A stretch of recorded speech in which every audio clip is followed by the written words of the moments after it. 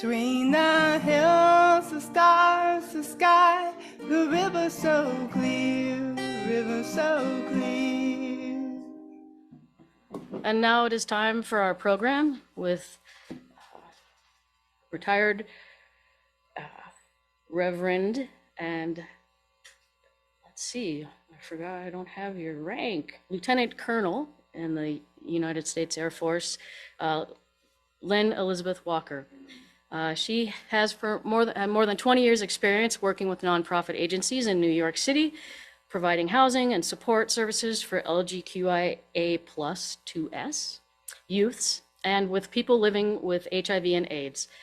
She's volunteered as a board member for the International Foundation for Gender Education and the new Seminary for Interfaith Studies in New York City. A founding board member of the Ali Forney Center for Homeless and Street Identified LGBTQIA plus 2S youths, and she has been a presenter at the United States Conference on AIDS, the American Public Health Association, Creating Change, and the Philadelphia Transgender Health Conference. She's retired from the U.S. Army Medical Department in 1998 as a lieutenant colonel and served as a chaplain in the Civil Air Patrol for the U.S. Air Force Auxiliary. Ordained since 1988, she serves in the Orthodox-Catholic Church of America as an Ecumenical Officer and as a bishop. She also serves in parishes in New Jersey, Western New York, and New York City. Living in Manhattan with her partner Francesca and their 3 cats, her interests include ecclesial history, military history, medieval literature, ballroom dance, and late Victorian crime literature. So if you can't find something to speak about with this woman, you're out of luck. It is my honor to welcome Reverend Lynn Elizabeth Walker. Well, thanks so much. I believe that you can hear me. Raise a hand or do something if you're not being able to hear me. First, I want to thank you all, particularly to thank Liz Anderson and Faith Schwartz for the invitation to come and talk with you all. It's wonderful to be invited to talk and to visit with you folks at this distance. I live in Manhattan. There's almost snow outside because it's New York and it's just like that. So around this, I'm be talking about. I think that the title that I have on the file on my computer is Diversity, Identity, and the Imperative for Belonging. So I'm gonna kind of expand on that a little bit. But one of the things that occurred to me is, it's about identity, right? Identity has to do with belonging, and the question that shows up occasionally is around that. So in January, I was at a meeting of folks who had gathered in New York because we share an interest in the literature of Sherlock Holmes. And that's usually a really convivial, social kind of crowd of people that come from all over the world, somewhere around the middle of January. And one of my colleagues there said, geez, I love this crowd. This is so cool. And I said, well, this is because it's our tribe. It's our tribe. And that's a larger thing, right? I mean, it's complicated, right? Because you can be part of that community, but then part of it does another community, right? And so when did I first learned that there was a community of people that were interested in Sherlock Holmes when I was in like junior high school. And there were magazines, professional journals and books and stuff like that around the author, right? Sometime later, I also discovered, because they had, back when I was in high school and junior high, there was this store called Woolworth's, and they would have leftover books for sale for like $1. And so walking through Woolworth's, I saw this book about Christine Jorgensen. And then I saw another book about Jan Morris. I still have them back in that bookcase behind me. It was at that point I realized that there were people like me, another kind of people like me. I already knew there were people that were interested in Sherlock Holmes. Suddenly I realized that there were people like me who had this thing about gender. I had stories about women who had shifted from male to female, and how exciting it is to be part of something like that. Um, and as I read, your Unitarian Universalist principles, they resonate for me because you all talk about the inherent worth and dignity of every person, justice, equity, and compassion in human relations, and liberty and justice for all. And that resonates for me because that's what's so important in the kind of work that I've done in the last 20 or so years. There's something about who we are, and that reading from the kids' book about the crayons talks about that. What's going on for you on the inside, aside from what's going on for you, like what people see. Identity. A woman named Lonnie Pratt wrote a book entitled Happily, It's My Church and I'll Stay If I Want to.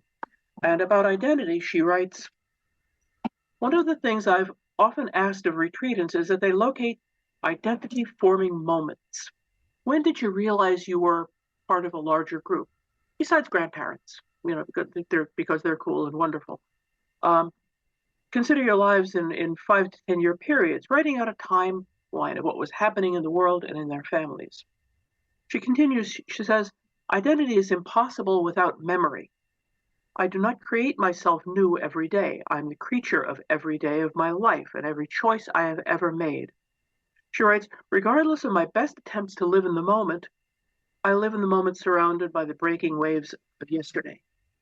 Identity involves more, though, than simply remembering yesterday.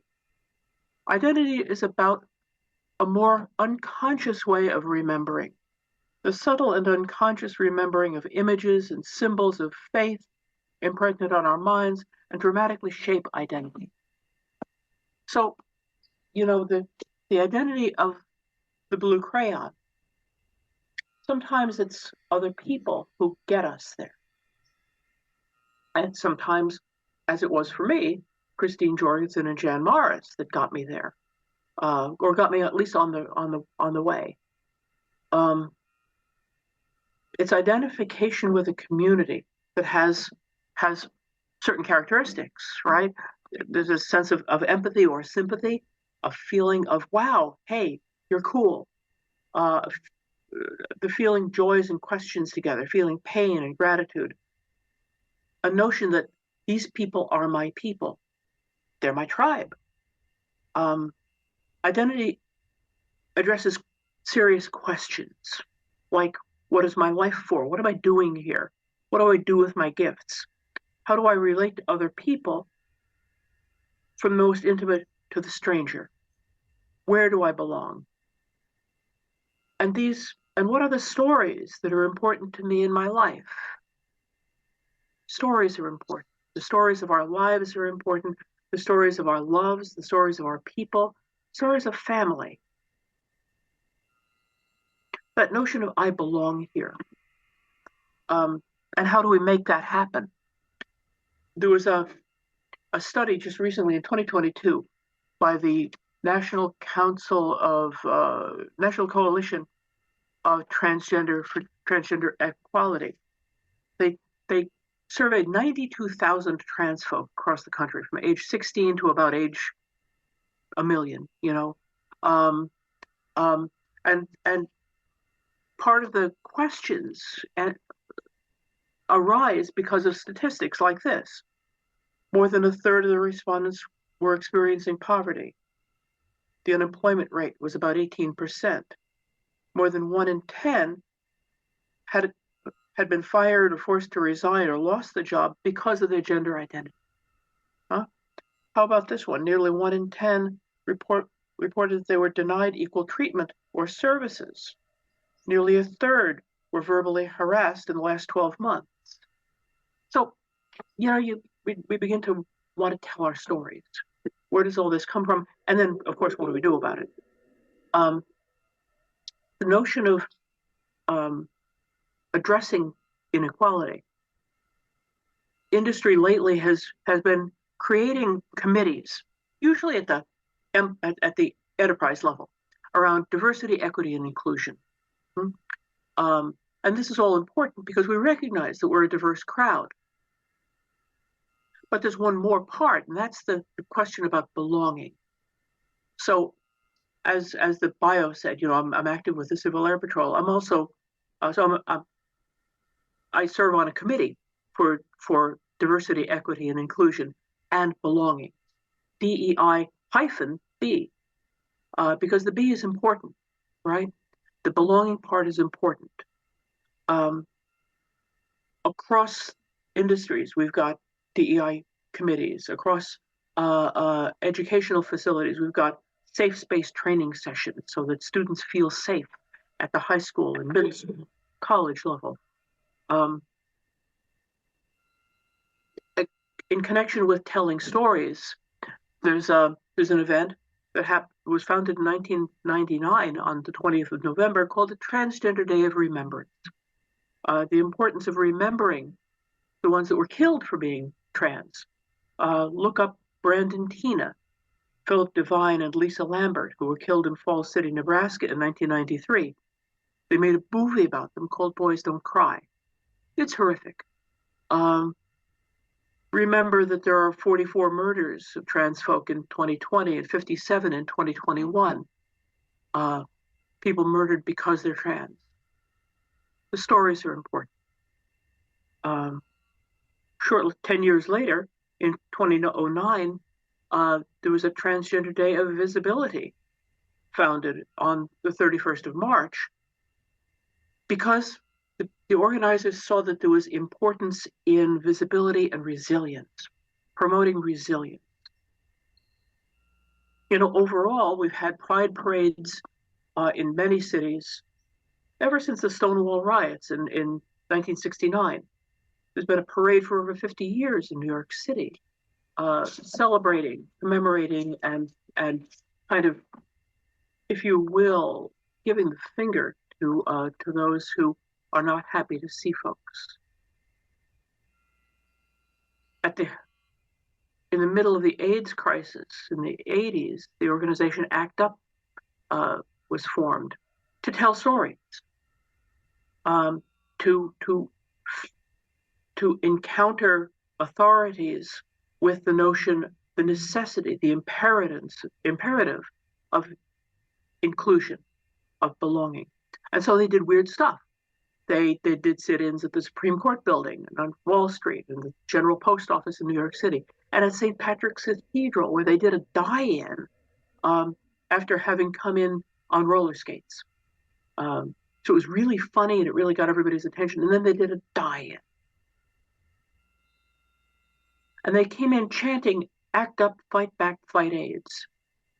Because all this stuff is related. What we need to do is move toward this imperative to include folks, to understand that our humanity is common, that we have this in common with one another. Many of us already know some trans folk. I know lots, just because of the kind of work that I do. One of the great things that I've seen happen in faith communities is an increasing, an emergence of this as an identity to celebrate. This is really good. There's an emerging instance of nonprofit organizations, social service organizations, seeing that there is a need for housing for folks in general. I used to have a poster in my office that said, "Housing is healthcare," because you can't get somebody on meds if they don't have a place to sleep. Housing is healthcare. And housing just for trans folks sometimes. A number of years ago, it must have been 15 or so years ago, we created a housing program in the city of New York that was just for trans folk who had had unfortunate encounters with the criminal justice system. How cool that is. And the other cool thing was that I was the director, I'm trans. My two case managers were trans. One of them had been upstate incarcerated for enough abuse. Two other people were trans. And so the brilliance there was that when prospective clients came in the door, they could look around and say, oh, I belong here. I belong here. This is my tribe. What folks need is to see the welcome. Sometimes the welcome is visual. So a person coming into my office will see me and say, wow, old, but trans, that's good. They'll see some of my staff saying, wow, trans, how cool is that? Within the Civil Air Patrol, well, let me back up even farther. Within the Air Force, within the military services in general, it was not possible for me to transition when I was on active duty. But a friend of mine, whom I've known for maybe 10 years, because they changed the rules, transitioned on active duty, and now she's a full colonel with the Space Force. How cool is that? So that young soldiers and airmen and Coast Guard folks and Marines can come in and look and say, wow, there's somebody like me. So what does welcoming look like, right? In a worshiping community like yours, you've got a leg up. You seriously do, because y'all are welcoming, because you do what you need to do, because it's a welcoming place that sees past the shape or color of somebody's skin to their humanity, huh? And that's what we need to do as people of faith, or as people of no faith, as humans. We need to be able to look past the accidents of identity to what's really part of it, right? To be trans is not, nobody's one-dimensional. So I'm more than just trans, right? I've got a bunch of other things that I do. Hence, I mentioned all that stuff in the bio, because we do so many more things than we do, than people notice. I'm a competitive ballroom dancer. How cool is that? People do stuff like that. So we're not just trans. We're not just white folks. We're not just Catholics or Episcopalians or Unitarians, right? As faith communities, we're charged with the idea of seeing everybody. Years ago, when I was evaluating people for scholarships, we would have that notion of the evaluation of the whole person, WHOLE person, with quotes around it and underlines and flashing lights, because we need to see the whole person, and you all do that. We need to remember that we are multidimensional people. Trans is only one aspect of individuality, but it's an important one. It's like, we can't say, well, everything else about you is wonderful, except that. That part's no good. Not so much. We're not able to say that. We're not entitled to say that. No one is entitled to say that. For some trans folk, the primary aspect or the only aspect is them being trans, but maybe not. But maybe, and that's okay. For others, it's one among many. Family, jobs, avocation, hobbies, right? People need to feel that sense of belonging. Now, what about the folks who only feel like they belong someplace when they're online? There's an awful lot of places, an increasing number of places in the States where folks can't quite feel comfortable in the place that they are. Again, there was that survey I mentioned with 92,000. It says 40% of the respondents had thought about moving to another area because they experienced discrimination or unequal treatment where they were living. And 10% of them had actually moved to another area because of discrimination. They're doing the same thing with faith community. If they don't feel welcome, they're going to go elsewhere. People vote with their feet. So the top 10 states that people are leaving, the trans folk are leaving, are, and good news, it's not where you are. But the top 10 are Alabama, Arizona, Florida, Georgia, Missouri, North Carolina, Ohio, Tennessee, Texas, and Virginia. Trans folk are leaving, thinking about leaving and are leaving those states because the whole darn atmosphere, the laws, the elected officials, the faith community are not open to them, do not give them a sense of belonging. They do not feel like these people are my tribe. They do not feel like these people, that I can pray with these people, that I can stand with these people. All that to say, the UU Fellowship is getting this right, because you understand there's a need for fellowship. You understand that there's a sense of belonging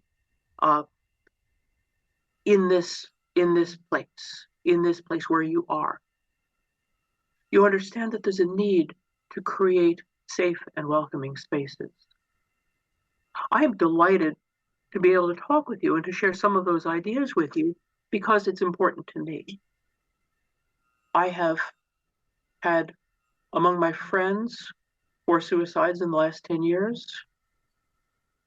When I was at work, we used to work in Times Square. We had a drop-in center.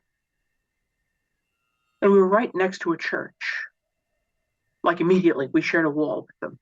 And we had at least one memorial service every month for the years that I worked there. Every month, some trans kid was murdered for any one of several reasons, mostly because they were trans, but also because they were dealing drugs or engaging in sex work. Or they were heisting tourists, because that's what you do, it's Times Square. None of that is an excuse for killing people. But we had a memorial service every month for them. The fact that you are here with me gives me hope. And it should give you hope that we are here. Hope that faith communities like yours will join together to open the door to folks like me, to folks who maybe aren't quite like me because I have privilege, right? I'm over 50 by a lot, and I'm white. What about the people who are under 50 and who are from communities of color? Are they welcome too? They should be.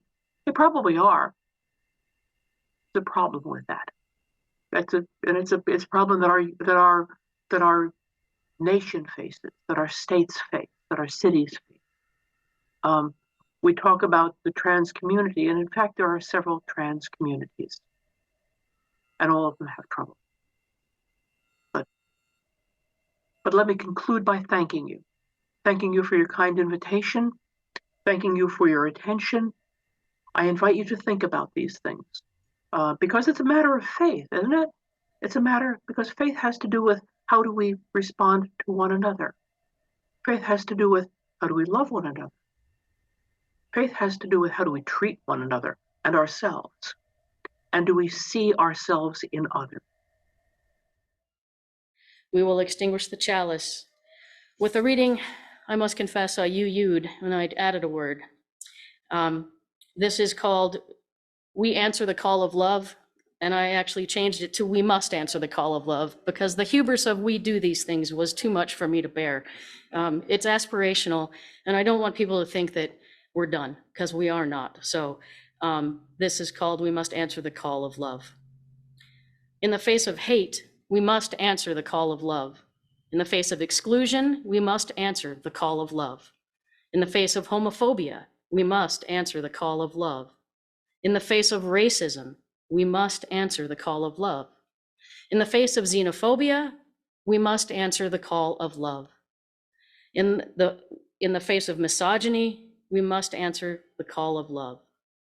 In the face of demagoguery, we must answer the call of love. In the face of religious intolerance, we must answer the call of love. In the face of narrow nationalism, we must answer the call of love.